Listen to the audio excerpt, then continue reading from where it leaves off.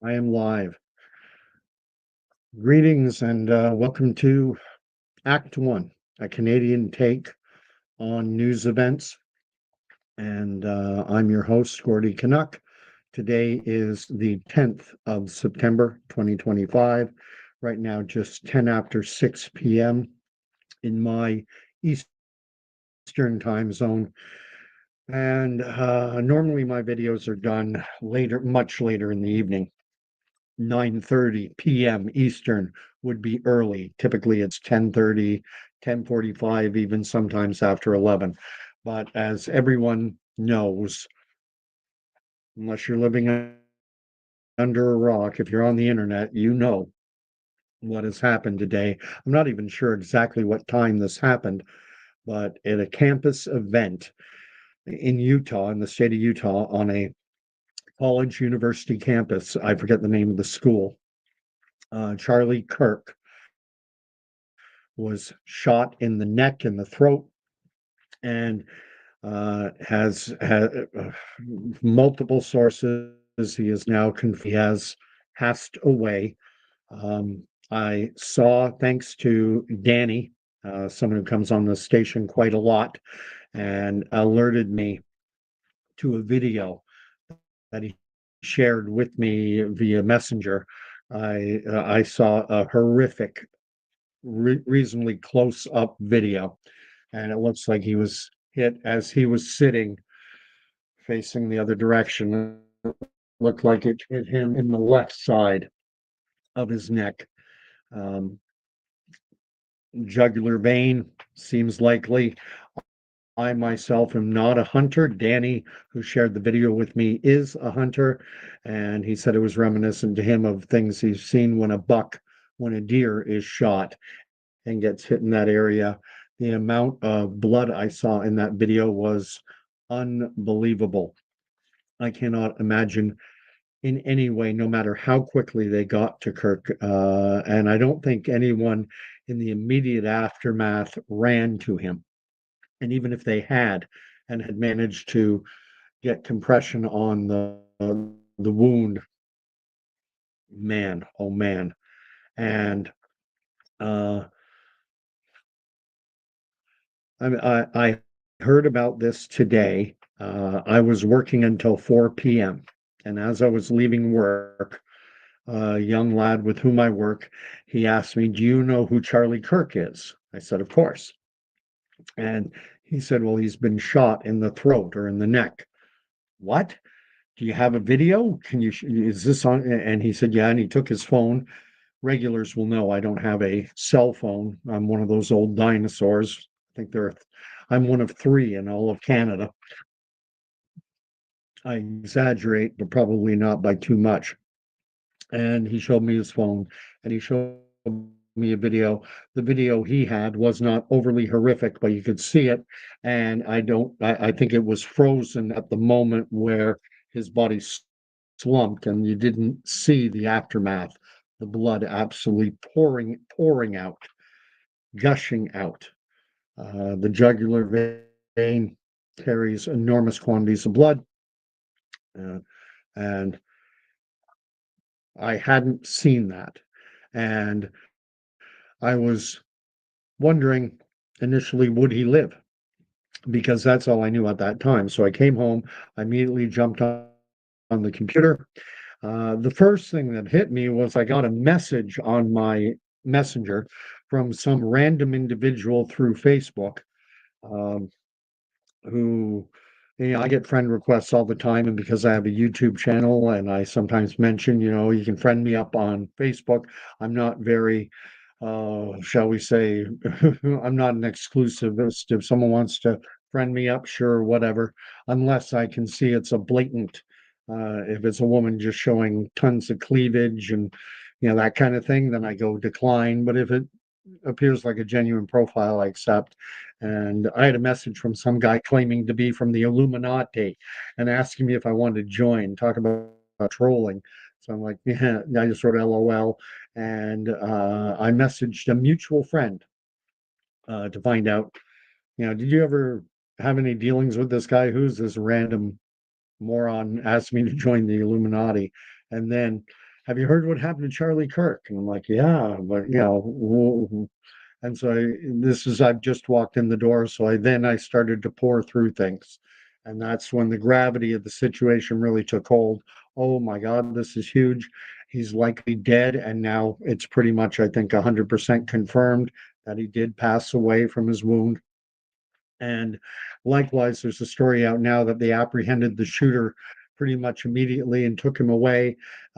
He's being described as an older man, white haired, and witnesses to him being taken away have claimed, and this is coming from the mainstream media, that he was heard to say, "I'd do it again." And so I wanted to do a video talking about Charlie Kirk, and I'm also going to invite anyone who wants to join in. If you want to come on to the live stream, all I ask is that you have a camera and a mic, and you're welcome to join in with me. I'm going to keep it one at a time, but I'll put the link up there. It's in the live chat now. I don't know if I can pin it or not. I can star it anyway. It's got a star on it. So that's about all I can do. And I see that there are people watching coming in and out. If you want to talk about Charlie Kirk, I'll tell you about how I first came to be aware of him. And it was during the COVID era. It was very early in 2020, probably April or May, probably May or maybe June. Keep jumping around. Well, what happened was I was attending a church in my hometown of Brighton, Ontario, that was conducting outdoor worship in the wake of the George Floyd protests that took place. Was that in Milwaukee, Minnesota? I forget where exactly the George Floyd incident happened. But at any rate, in the wake after there were huge BLM protests breaking out all over Canada, a Pentecostal church here in town decided, well, if hundreds of people and thousands of people can gather to protest and to march and BLM and all this stuff, well, then we can gather outdoors for worship. Because prior to that, you weren't supposed to be gathering in any, I think it was a limit of 5 people in an outdoor setting. And so Glenn, the pastor of the Pentecostal church here in town, opened up the grounds. They had a flatbed truck. The worship team would operate it from up there, and everyone was invited to. They could sit in their car if they wanted, or you could take out a lawn chair. And most who have been on my station before will know that was from the very get-go was and recognized the insanity of COVID. And so I went and shook hands and hugged, embraced, did all the things that were supposed to get me killed. Shouldn't say that word on a live stream YouTube, but I already did. Too bad, so sad. It's too late now to take it back.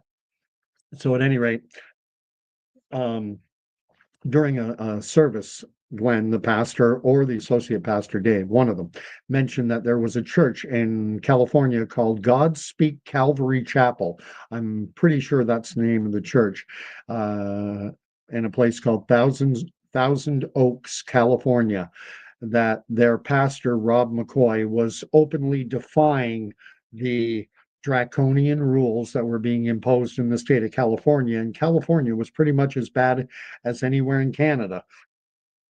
He would refer to Governor Gavin Newsom as Mussolini, because a church was not allowed to be open, but things like pornographic shops and strip joints, peeler bars, oh, that's essential. They can be open, but your church has to close. And so Pastor Rob McCoy kept his church open.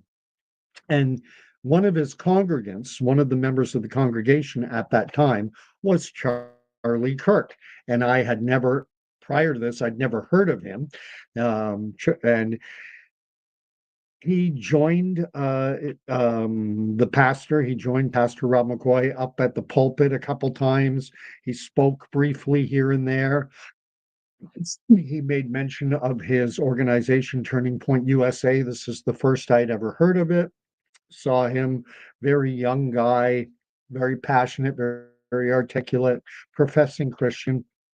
And so, all right, and that's about all I knew of him, and I didn't really care because I'm a Canadian. I'm not an American. So Turning Point USA, I find it so interesting. I pay attention to what's happening in the United States, but not to the degree that an American would. And I find in Canada, in my native Canada, it's typically those on the left who are so hyper fixated on the United States, and it's like their mindset is that we are already the 51st state, where a blue state like California or goodness knows New York, I think is a blue state, whatever. And so I didn't pay much attention to him, but over the last 2, 3 years, and certainly in the run up to the 2024 election, I became much more aware of who Charlie Kirk was because of his social media presence, and in particular, the events he would hold on college campuses, basically saying, debate me, come on, bring it on, debate me, prove me wrong. And, a big topic of conversation that would come up during these debates is quite often he would be confronted by individuals who are some guy dressed up as a woman claiming that I am a woman, and Charlie Kirk would argue with them, debate with them about, he would ask, are you XX or XY? Are you male or female? Well, why do chromosomes matter? Yeah. Oh, can I? And then Charlie Kirk would say things like, "Can I identify as black?" Well, that's different. No, it's not. If you're going to pardon me, I'm going to swear a little. I normally don't swear on my videos. There will be no F-bombs, but you know, this shit makes no sense. People can make up whatever they want. I identify as 7 foot tall. I identify as Chinese. I mean, it's just ridiculous. And as a matter of fact, from what I've been able to glean through watching the videos of the incident that took place today in Utah, it appears that Charlie Kirk was in the middle of an interaction. And it will be remembered that in the most recent shooting I think it was Minneapolis, the where the Roman Catholic worship service was taking place, and the gunman shot a number of children and had all kinds of anti-Trump and anti-right wing things written onto his weapons, magazines, etc. Um, so that is kind of blown up, and there are suggestions in social media, certainly, that individuals, gender confused individuals, and it's always guys who are confused and think they should be women, have been involved apparently in a number of shooting incidents, and certainly a disproportionate number of shooting incidents given their incredibly small footprint in the broader population. United States, we'll call it 350 million, 175 million roughly would be men. Half, half the population is male. So if there are 350 million total people living in the United States, 175 million of them are men. And how many of those guys don't recognize that they're a man? And it's going to be an incredibly small number of individuals. It's probably less than a tenth of 1%. So, and yet they should be responsible for a commensurate number of the mass shootings in the United States. But apparently, I haven't done the research on this, but apparently that's not the case, that they're overrepresented in violent acts, gun acts, etc. And so this was the conversation that was going on. Charlie Kirk was sitting there, and the individual, I believe he asked Charlie Kirk, do you know how many shootings there were in the last year or whatever, that involved trans individuals. And Charlie Kirk, as he does, he kind of puts his mic down, then he picks it up and he goes, "Too many," and puts it down. A few applause, and the guy then asked something to the effect of, "Do you know how many shootings there were last year in the United States?" And again, he picks up the mic and he goes, "Are you including gang violence?" And it's at that moment that a loud crack from a rifle can be heard, and bam. And then if you see the close-up video, and I guess it's out there, I watched it. It was on a Facebook video, and bam, he was down. And I have Max is come on board, and he's saying mental decay was the reason why the trigger was pulled. Political belief decided the target. That's a great comment. I did a video on this a while ago talking about the fact, uh, equating it somewhat to the labor negotiations, and this idea that once a right is given to a group of people, God help you if you try to take that right away. And so individuals have been in the United States and in my native Canada, it's even worse. Individuals have been encouraged to embrace gender confusion, and children are being prescribed dangerous pharmaceutical products like puberty blockers with their side effects that include decreased bone density. Growing children taking pharmaceutical products that one of the side effects is to give them a condition that is normally the purview of old women, osteoporosis, decreased bone density.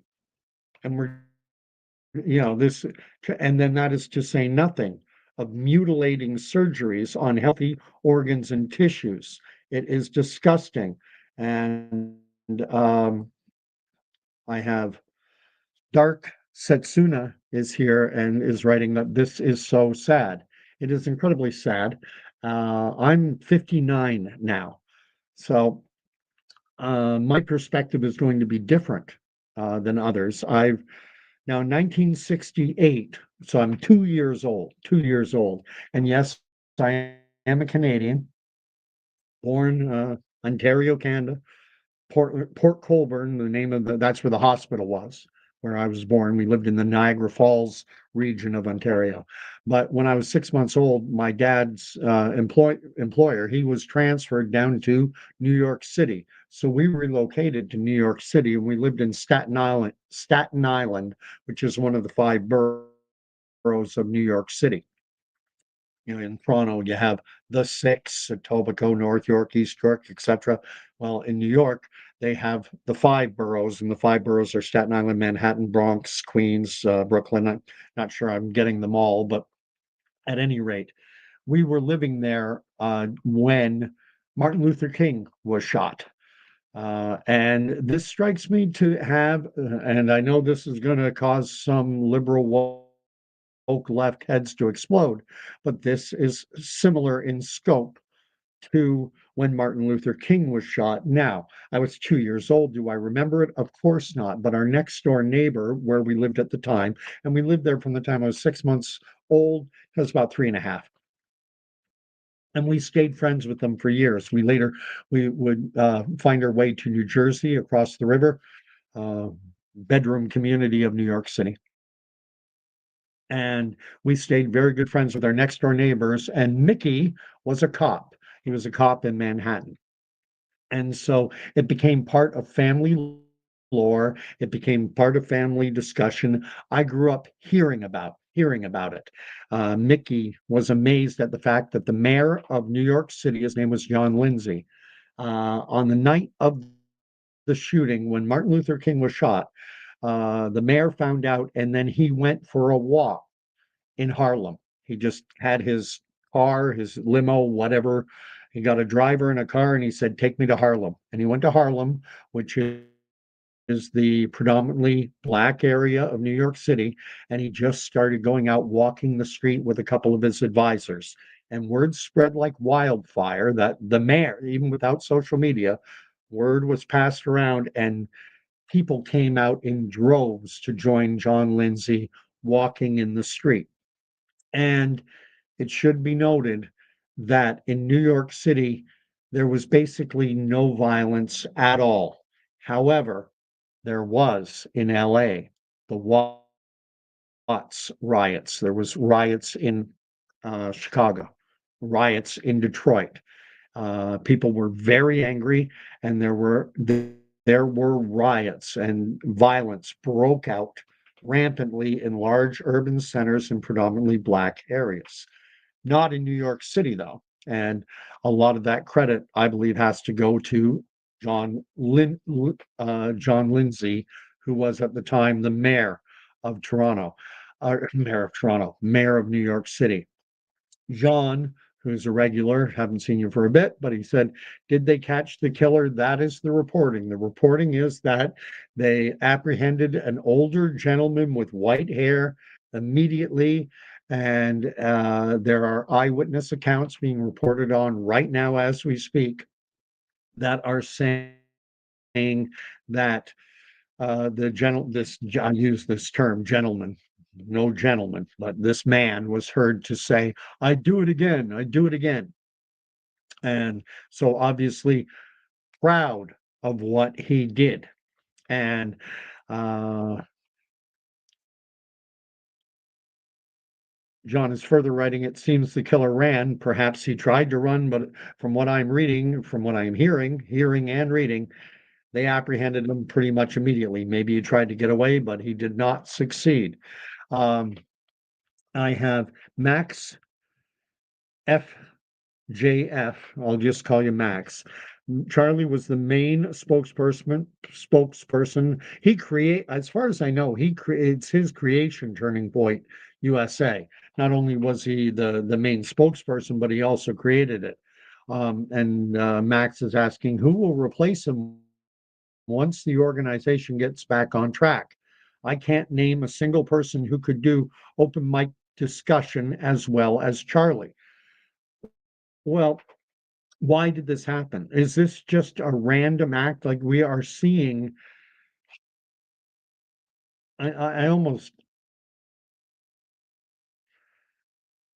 I think the most likely scenario is that we're talking about a random, deranged, unconnected individual who probably watches CNBC and CNN news every night and is enraged at the cultural shift that is, or should I say, a return to common sense.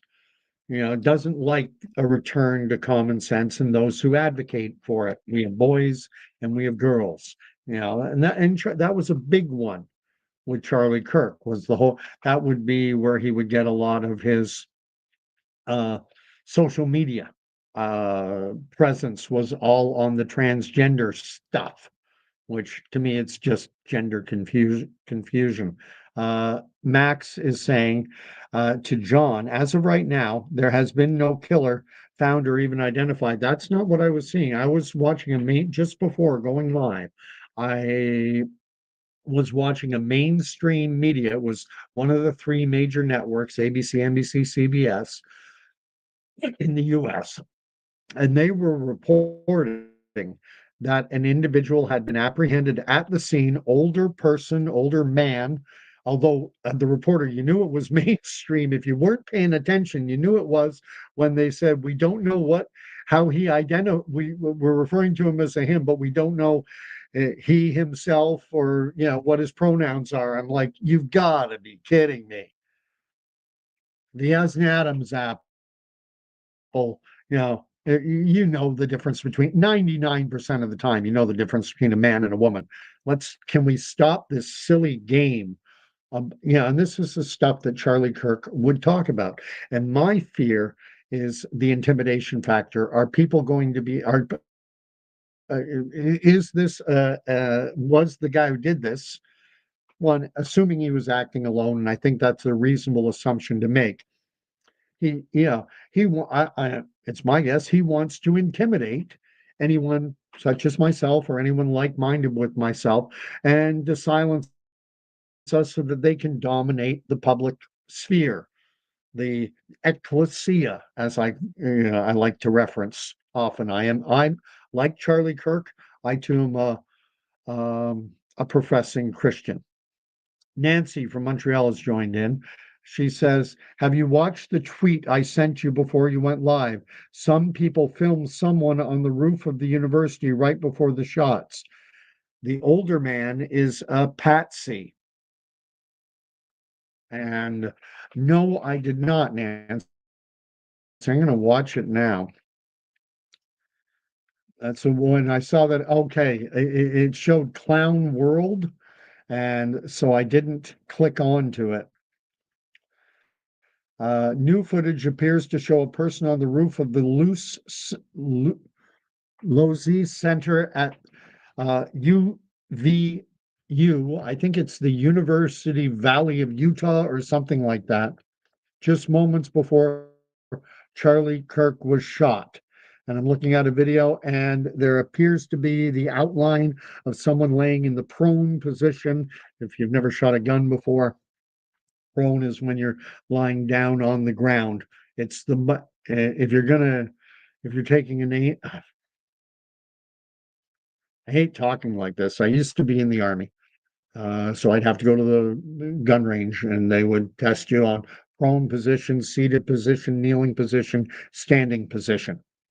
And the prone position is the easiest. It's the position at which you're most stable when holding a firearm. And anyway, so now I have seen it, uh, Nancy, and we're going to have to pay attention to the reporting here. What was this? Uh, and so we've got two possibilities. One, it's a lone gunman, you know, and that was the story on the Butler, Pennsylvania.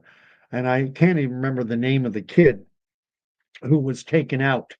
But the idea that this guy who shot Trump or shot at Trump, that he was able to circumvent all the security apparatus and was able to get up on a building and get a clear line of sight to the podium where the president or former president and soon to be president was standing. It strains credibility, or to use that, it strains credulity to think that that could happen. And it makes you wonder, did that kid Crooks, I seem to recall was his last name, did this Crooks kid have some help? Was he connected to anyone? The old bromide of an inside job. Were there elements within the U.S. government itself that was trying, what we'll call deep state players, and they wanted take Trump out, maybe. Likewise now, was this a move by some connected players, by an insider type group, government insider, looking to silence and intimidate those of us who agree with Charlie Kirk? I don't know if I agree with him across the spectrum. I don't know his views on Israel, for example. I don't know what they were. And the thing is, I'm glad to know that Charlie Kirk was a professing Christian, because Christians recognize that this life is not the end. Charlie Kirk has gone home. This life is not the end, and we're all heading to the same destination. It's just a question of when. It's not a question of if. At some point, we are all going to meet our maker. And that was one thing I would notice. Charlie Kirk, another, he often defended the right of the unborn. And so, and that irritates the left. And some members of the left, and especially when you get out on the extremes, Two fries short of a Happy Meal does not begin to describe it. These individuals are pretty darn close to being unhinged. If you don't know the difference between a male and a female, if you can be that far gone intellectually, mentally, if you can be that far detached from reality, oh, at any rate, let's go on with the comments. Does anyone want to join with me live and talk about this? If you do, great. If you don't, that's okay too. Uh, Darnell is writing, Lord help me. My love turns to hate. And that's at Eat Me. Do you have a link? I'll put the link up here for anyone wanting it. That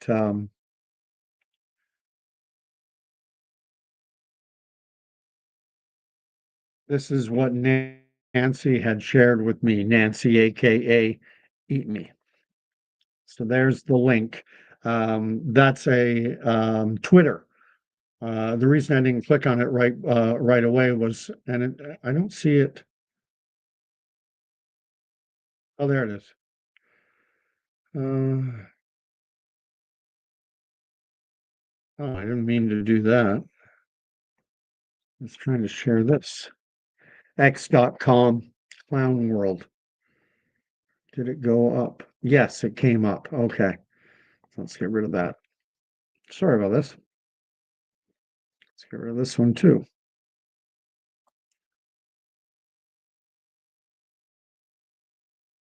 All right.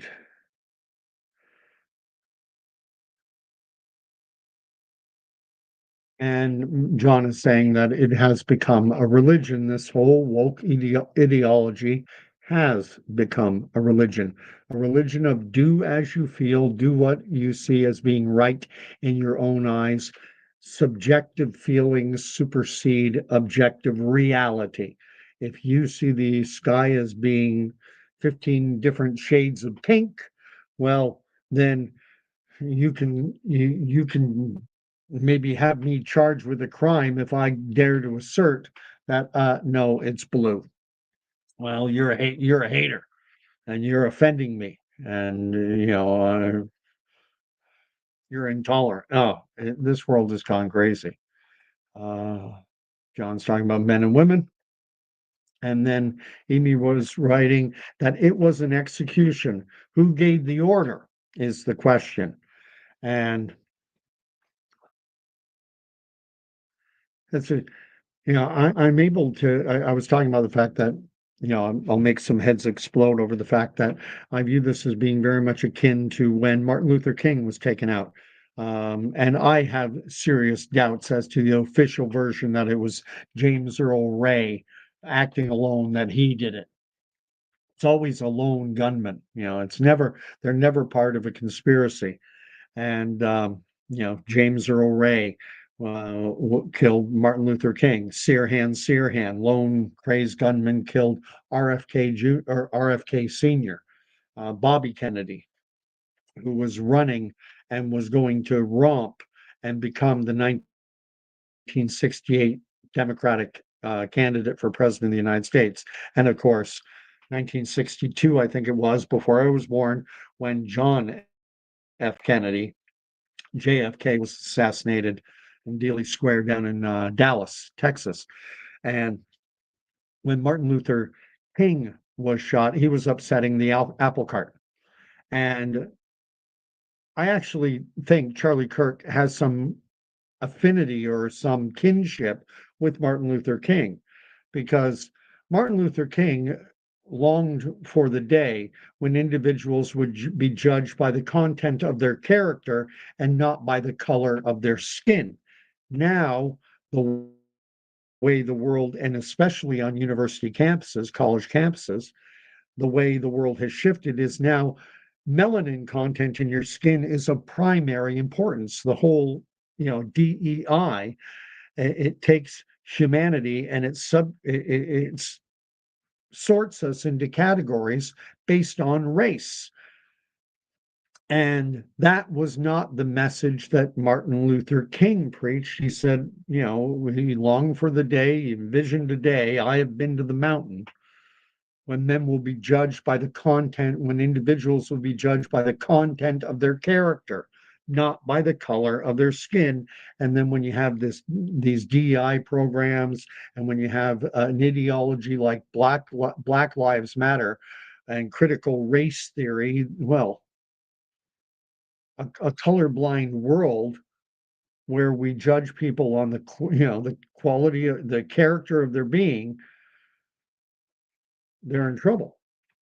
That repudiates this Marxist ideology that has taken root and absolutely blossomed on university and college campuses all over Canada. It's even worse here in Canada, but it's been in the United States as well. It's called identity politics, and it is thoroughly, totally, unquestionably a Marxist ideology. And do we want to go down that Marxist path in the West when we've seen what it's done in countries like the old Soviet Union, like China, like Venezuela, like Cuba? Do we want people to be, disappeared off the street because they dare to criticize the government? I mean, I find it so funny. Everyone's calling Trump a fascist, and yet criticizing the government is absolutely a basic core element of a functioning liberal democracy. You must be allowed to protest and question the government. And they're doing it in the United States. Canada, we do it, and the government has the banks freeze your accounts. You can't buy and sell in the marketplace anymore. Peaceful protest in Ottawa was ruled was ruled justification to invoke pretty much martial law. The emergent what used to be called the Emergency Measures Act. They gave it a new name. I forget the new name. Anyway, does anyone have any thoughts? Nancy thinks it was an execution.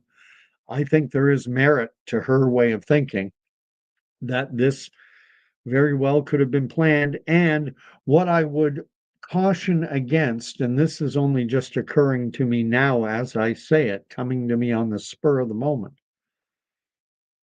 this could be just the start. This could be just the start. I was watching before going live. I was watching Timcast. Many will know him. I don't know his last name. He's a guy who always wears a toque. Very quick. I think it's Philadelphia. I think it's Pennsylvania somewhere. Very sharp kid. He's younger than me. I'm 60, but very articulate, very sharp. And what he was talking about was that sending out, to the rest of the podcasting community, of which, yeah, I'm a nobody. This is bare bones, basic, raw content from, a guy with no production values, no strings behind me, no sponsors or stuff like that. But when you're a Dave Rubin, when you're a whoever this Tim Cass guy is, uh, and I'm just looking at this, Darnell has some thoughts. Darnell, do you want to come on and share them live? With at least a mic, I would appreciate a camera, but you don't have to. If you just want to use your voice, that's okay too. Um, I'll put the link up. I already put it up once, but I'll put it up again. I don't think I can pin it. So if you want to come on, Darnell, I'd be pleased to have you, and we can go back and forth. I know you've commented, you participated actively in the chat with my live streams going back a long time. Uh, let's see what Nancy's writing. Oh yeah, smells like civil war. Sorry, can't do StreamYard right now. Was washing my hair when you came on, so enough said. Yeah, me too. I was washing all my hair. Actually, I've let it grow out a bit. But anyway, I keep getting sidetracked. This Tim Cast guy, and I'm sure most of you know him, was talking about the fact, brother, talking to the conservative podcasting commentator community, body armor up, guys. Let's be careful. And that I think is wise. Have your head about you. Situational awareness, not just we're heading into uncharted territories. I think it was my video of yesterday or the day before.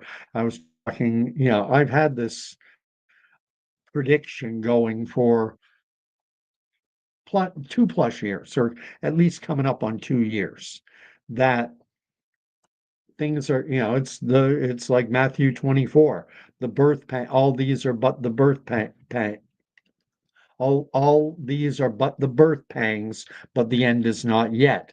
And things are just going to happen in more quick and more rapid succession. And what happens at that time, like right now, you have a lot of people emotionally connected to um, what happened in Utah. People are sad, they're in an emotional state. And when you get into an emotional state, that is when you're easier to control.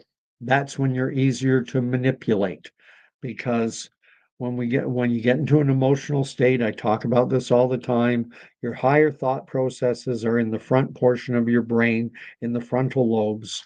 But what happens when you're under stress, when you're emotional, when you're angry, these type of emotion has you retreat out of the frontal lobes where you're a critical thinker and into your reptilian brain where you become a reactor.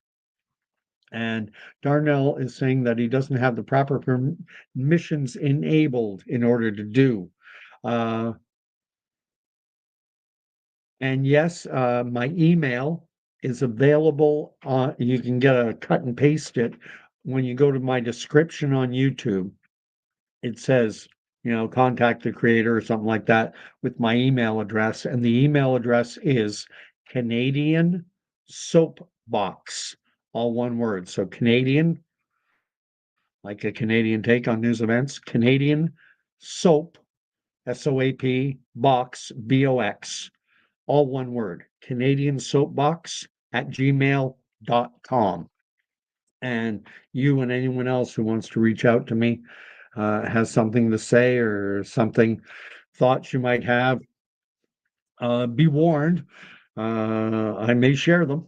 I mean, Nancy, Danny, many individuals who participate in the live stream will message me on occasion or mention something to me in a IM chat, and it gets the wheels spinning. And but maybe that's what you want. Uh, but are we going to see more? Pay attention. And I'm glad to be living myself. I'm glad to be living in the boonies right now. But I don't think, as I'm working during the day, I'm sometimes thinking, should I do a video tonight? What would I talk about? I was thinking about talking about the fact that I had a conversation with a guy I've mentioned on the station before. There's a gentleman who runs a gas station here in my town, and he took it over 7 years ago. He became the agent. I think that's the term they use in the retail gas business. You're an agent. It's almost like being a franchisee or franchise owner. And the gentleman's name is Mohammed. He's I don't know if he was born in Canada or Pakistan, but he's of Pakistani descent, or he was born in Pakistan himself. But he doesn't betray anything. He sounds like a Canadian to me. But give him the name give him the name Muhammad. That's his name. Uh, are you Muslim? Yes, he is. What a shock that a guy named Muhammad would be a Muslim.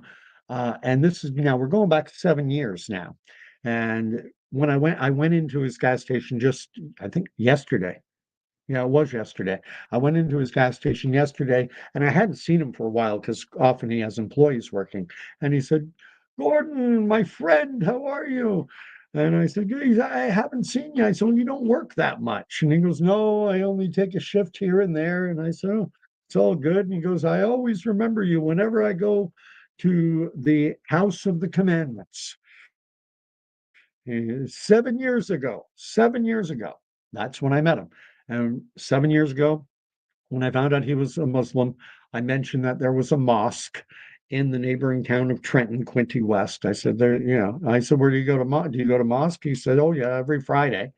I said, where do you go? He said, oh, Bowmanville, there's nothing out here. And I said, well, there is a mosque in Trenton, about 15, 20 minutes from here, 20, 25 at most, called the House of the Commandments, right on King Street, and da da da da.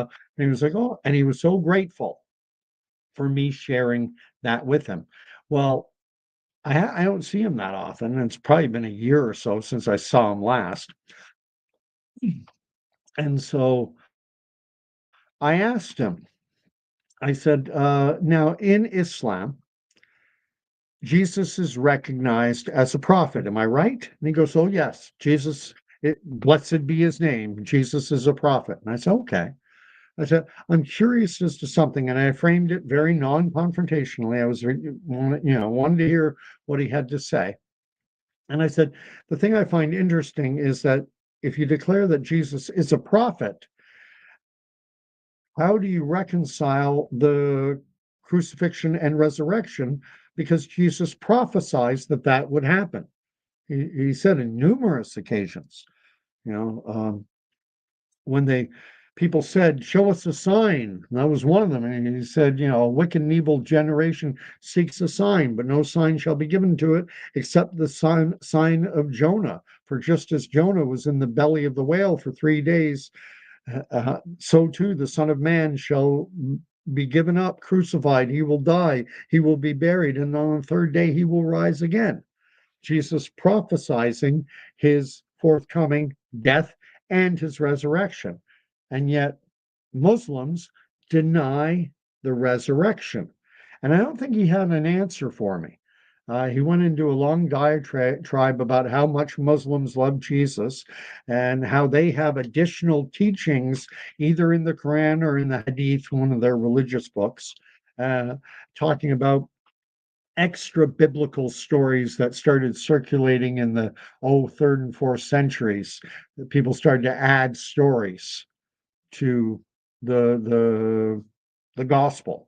I started, and the story he shared with me was that in their writings, Jesus is said to, after he was born, to his mother, Mary the Virgin, that people wanted to stone her, and that Jesus, as an infant, spoke to them and said, she is clean. And they were amazed that this child could speak. And I've heard of this before. There are all kinds of these additional stories that started to crop up in the third, fourth, fifth centuries. People started to add, and it reminds me of the Lord of the Rings movie. If you watch the introduction to it, where I think they call it the epilogue or something like that. I forget the term exactly, where they kind of give you a synopsis at the beginning of the film. And it talked about the history of the forging of the rings. So many for the elves, so many for the dwarves, so many for the race of man, but then one ring to rule them all. And then how Sauron then was going to wipe out Middle Earth and subjugate everyone. And the elves and the men joined together and they fought. And then Isildur, with his father's broken sword, cut the hand off Sauron, seized the ring, and missed his opportunity to throw it away. But at least now Sauron's been defeated for now. And then it said these words: history became legend, legend became myth. Things get added on. Things get added on. And I thought that was a good representation of it. History becomes legend, legend becomes myth. By the time we enter into the period where, the Lord of the Rings, where the ring is given to, from Bilbo, given to Frodo, etc., etc. It's been 1,000 years or 2,000 years since that bygone era of when Isildur, and it's a historical event, but people started to doubt that it had even happened. Anyway, I've gone off on a huge tangent. I'm going to end it there. Prayers for Charlie Kirk is at rest. Charlie Kirk is at rest. The my I it breaks my heart to think of his wife and his two young children. I think he has two. And it breaks my heart to think of what they are going through. I can't fathom it. And if you're inclined in any way, send up some prayers. Heavenly Father, Lord God in heaven above, we'll praise you when times are good, and we'll praise you when times are bad. Thank you for this day. Thank you for the blessings that you pour out. Thank you for the abundance in this wonderful world you created for us. And Lord, as we look at the news coming out of Utah today, we ask that you reach out a hand, that you bring peace, comfort to the family of Charlie Kirk, to his wife and his children. Let them give them that blessed assurance that knows that Charlie isn't dead. Charlie lives and lives forever. That he's been brought home, that he is with the maker of all things, that he's with the King of Kings and the Lord of Lords and the name above all names. In Jesus' holy name, I pray. Amen. Anyway, God bless. And if you can offer up some prayers for Charlie and his family, especially his family. All right. God bless, and we'll see you all later. I'm not going to do a live stream tonight. Good night.